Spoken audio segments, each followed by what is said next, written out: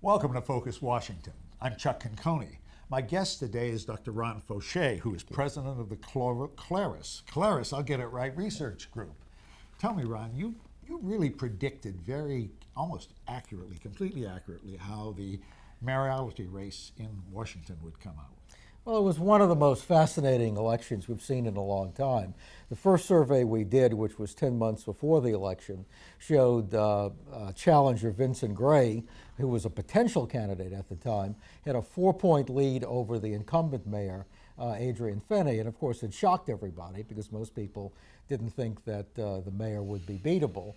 And of course, that sort of got the campaign buzzing and the campaign going. Ultimately, Gray got in the race. We did another survey that showed Fenny was behind by 5 points a month before the election, and then a week before the election showed he was behind by 7 points, and it ended up about that. But what was really fascinating about the election was the tremendous racial divide that we saw throughout the whole campaign. Well, that's what fascinates me. What happened to Fenty? I mean, he lost among the black community, but gained in the white community. What happened?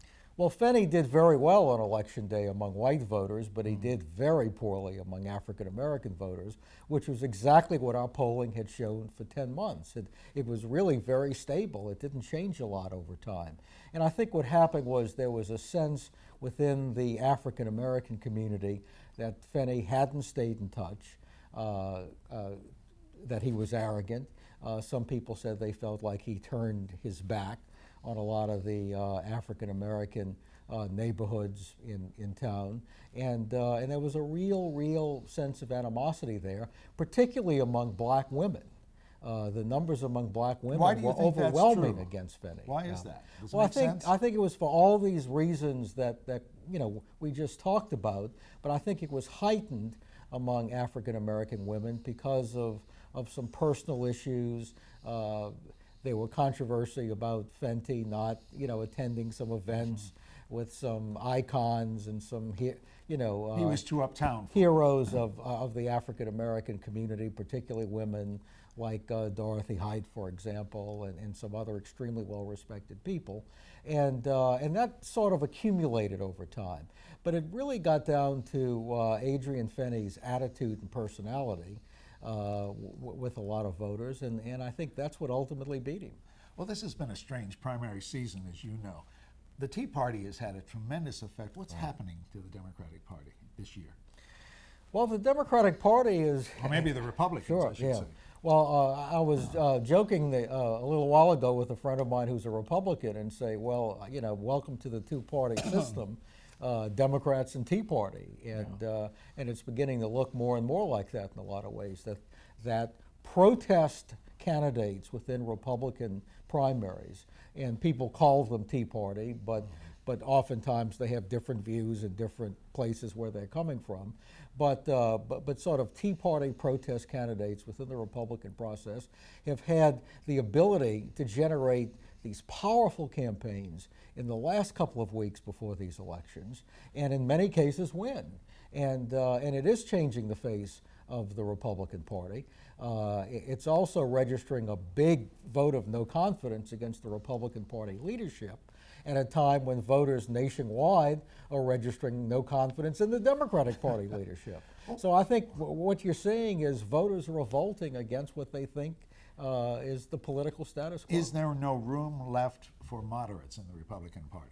I think we've gotten to a point, and I think this has been happening for 10, 15 years at least, where there is little room for moderates in either the Democratic or Republican Party. There's more attention on the Republican Party right now because of the Tea Party situation, because of the fact that you've had some moderate conservatives such as Lisa Murkowski in Alaska, and of course most recently Congressman Castle in Delaware, and we also saw it in Utah and some other places, and in some gubernatorial primaries as well, where sort of the so-called moderate candidates are losing to more conservative candidates. But I also think that's true in the Democratic Party as well.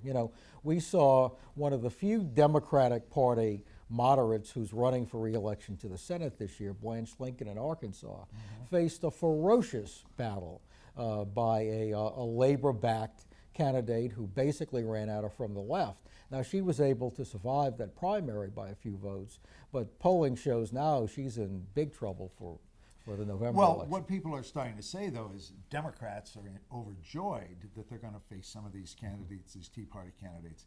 Should they be that overjoyed? I mean, is it going to make that much a difference for them? Well, I think it could make a difference in some states. I think Democrats, in some ways, do have a reason to be happy that Republicans are nominating people in some of these primaries who would be the weaker general election candidate. I don't think there's any question about that. Now, of course, Republicans have the right to nominate whoever they want, and the Democrats have to confront them.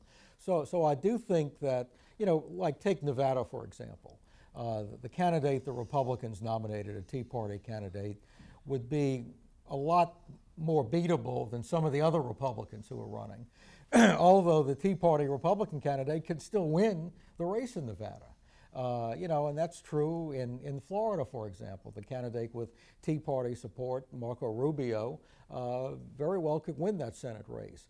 Delaware, I think, will be more difficult, and that could be a big loss for the Republicans, because if the Republicans really have a shot at getting control of the Senate, which is hard to do, I mean, they have to win almost every election that's contested. Delaware is a key part of that, so if they lose Delaware because of who they nominated, the irony could be that it would be the Tea Party that protected the Democratic majority in the Senate. If you were going to make a, excuse me, a prediction about November at the election, now we've had the last two people who have come in here have talked and said that major predictions are that the Democrats are going to lose the House overwhelmingly. Yeah. And probably hold on to the Senate. But the people I've talked to have said, well, don't be too sure of that. There's a likely possibility that Democrats will hold the House, but just barely.